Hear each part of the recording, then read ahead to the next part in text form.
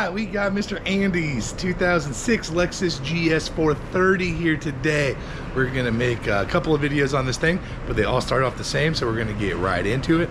We are gonna change the air filter, and we are going to replace a strut. So, diving right into it. Both of them are gonna require the same thing to start, and then depending on which video you're in, you'll see the rest. But we need to take out this plastic and this plastic here to get to both. So these are push pins. These are like kind of mismatched. I actually put these in previously because you didn't have a single one. But yeah, you always get a push pin removal tool depending on what style you have. Remove these and then remove the single one that is in this plastic, and we can lift this panel off and then lift this panel off. So I'll get that done and then we'll pick up from there. Yeah, so once you have all the push pins out, this panel needs to come off first. You will set this to the side, and then this panel can be removed. Yay! Wow, that battery hold down's not even hooked up on the battery. I just want to say that KYB is the most recommended brand type. It is on Amazon, so I'll have a link up here in the video and in the description. If you'd like to order that, that's the cheapest place to get it. It also helps us out because they give us a little bit of kickbacks. But you can also get them at any auto parts store. But KYB is the most recommended for this vehicle. But here we go. So before we take it up in the air and do anything else, we're going to start with this little electric suspension cap, I believe is what it's called. So it has 3 14mm nuts on it. So we're going to shoot all 3 of those off. Just like this. This cap will just gently lift off of here, just like so. And underneath, you need to be careful. This is the sensor. So this rotates and then gently comes out of there.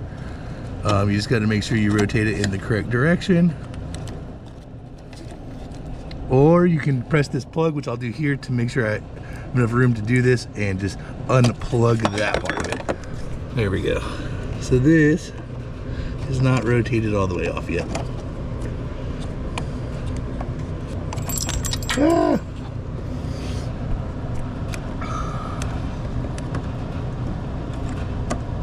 There we go. Just carefully work it till it comes out. So it actually plugs down onto that little plug down in there and then rotates in. You heard that little spring. So these things are very fragile to come off of here, so be careful, they may fall down. If so, you just got to go find it and click it back on. But now we have the strut exposed. So at this point, we are going to take it up in the air. So I'll get it up in the air and get the tire off, and then we'll pick up from there. All right, here we are, car's up in the air. So we need to get this cotter pin off because we are going to drop the upper control arm, or separate the spindle and the upper control arm. So this can come down a little bit. This little tab, or this little cotter pin will likely be bent. So you'll need to straighten it out some so it can come out. At least I hope it's bent.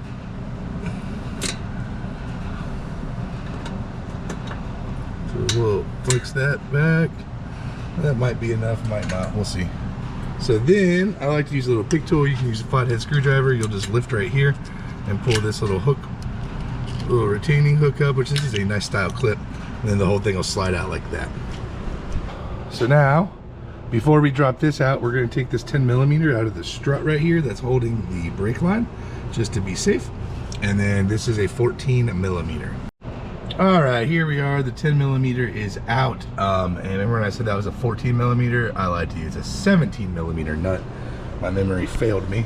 But we will zip that off. And let's see how it's movement.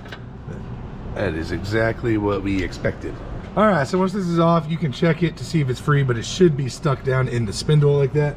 What you're gonna wanna do is take a mallet or a hammer. What you want to do is take a mallet or a hammer, and you're going to tap on the sides of the spindle here and just beat around it. It is aluminum, so you don't hit it too hard, but you do need to give it a good few smacks around.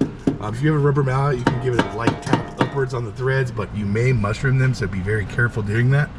But we'll basically just bang around that. The strut will hold the whole assembly up, so we just need to get this free coming out of the spindle, and then we can slowly loosen the strut to lower the assembly down. All right, so I'm having a hard time getting my upper ball joint out without risking damaging the threads. So what we're gonna do is we're gonna take these 14mm nuts and we're gonna break them loose and take them about halfway to 3/4 of the way up the stud here. So it'll put some downward pressure on that ball joint and spindle so we can hopefully get it to break loose. So we'll take it up like that.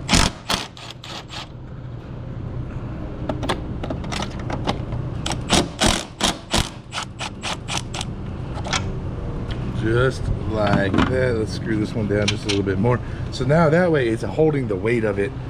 This is capable of coming down some now, and we should be able to get it to break free. All right, so we got that to come down. It wasn't violent because the strut caught it. So now what we're going to do here is we're going to hold this up. I'm going to get a bungee cord so we're not putting a bunch of pressure on the wheel speed sensor or the brake line over here. And then we will take out this 19mm nut and bolt on the bottom. Actually, I think this might be a 17 and this might be a 19. But yeah, we'll pick that up whenever we get there. All right, here we are. We got our bungee in place. We went around that upper control arm. It's nothing crazy, just enough to take the pressure off of the brake line and the wheel speed sensor. So now we are going to go 17mm with a 19mm wrench on the back. Obviously, you could do the opposite of that, but we're going to get that bolt out of the bottom of the strut, which will allow this assembly to come down some more. So you may want to put a jack underneath it, but in my case, I think it's going to be fine. So I'm just going to let her rip tater chip and see what happens. So I put my jack stand underneath and I put a little bit of upward pressure on it. So now I can zip out the 17mm bolt and then slowly lower it down so it doesn't fall. It's not worth the risk of it crashing and actually damaging something. So we'll take this bolt out just like that. Sometimes you got to rotate it while you pull on it. Maybe you can see that. I think you can. So I'll take the wrench I used on the other side and just put some outward pressure on it and get it to come out the rest of that way, just like that. All right, so now we got the bolt out. So we're going to take a little pry bar. We're going to stick it underneath the strut and we're going to pry it upwards to try and get it out of this lower control arm, and then we'll slowly lower that down until it is released. Okay, so here's my pry bar. We will stick this in, just kind of pry it up just like that so it's free. And now we will lower our jack, just kind of let this whole assembly come out, hopefully. There we go. Voila, and that is full sag right there. Hey. Now fish it down in between the brake line and the wheel speed sensor wire very carefully, and voila, our assembly is out. All right, first off, I want to apologize for the mess all around. I have not had a second to breathe for 3 weeks, so I really need to clean in the worst way possible, and that is on my to-do list. But here we go. I just want to show you. So these things come as struts only. They do not come as full assemblies that I can find. So we are going to need to collapse this coil spring and swap out the inner strut here. And we're going to replace the bushing on the top here as well, which I highly recommend, which will also be in the links below. But you're going to need a setup like this, these exterior coil spring compressors. You get them set up, make sure you got your safety pins locked in. These springs have a ton of force. You can very, very much injure yourself. So do this at your own risk. If you're not comfortable, you can take it at this point to a shop and pay them, and they will do it for you shortly. But what we're going to do is we're going to run these down a little bit at a time on each side to compress the spring, and then we will release the strut here, pull the cap off, we'll just a little bit at a time on each side.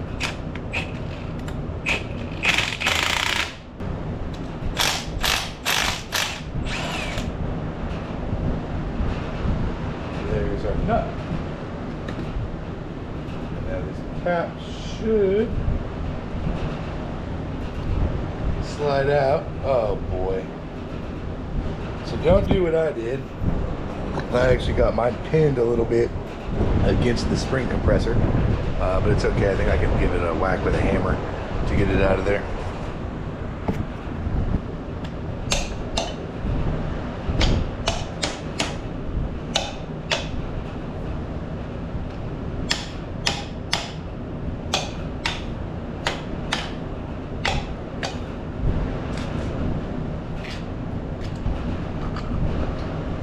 Bam! Just like that, out she comes. Now we can fish our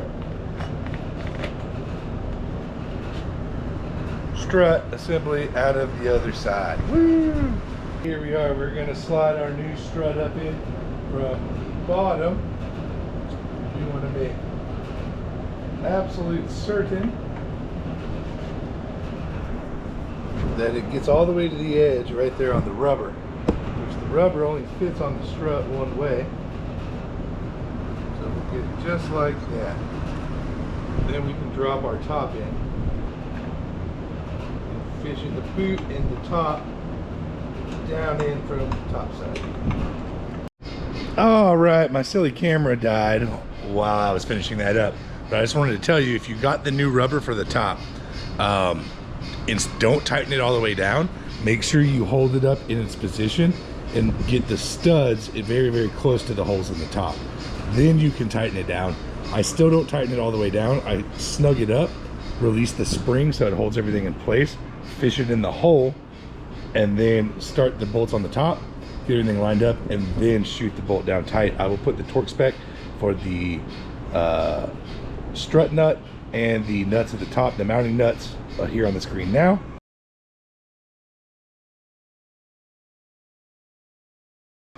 And then other than that, you just do everything that we did to get it apart to put it back together. Don't forget you can pull the control arm, the upper control arm down to get it back in the spindle. It's going to have a tendency of wanting to fly up. So just grab it and pull it down to stab it in the spindle. But super easy peasy, lemon squeezy. Once you get it all back together, just re-stab it. So hopefully this video helps somebody out. Sorry my camera died, but I think it's enough that we'll go ahead and post in the video anyway. If the video helped you out, hit that thumbs up button. If you have any questions, put them in the comments, and subscribe if you want to see more.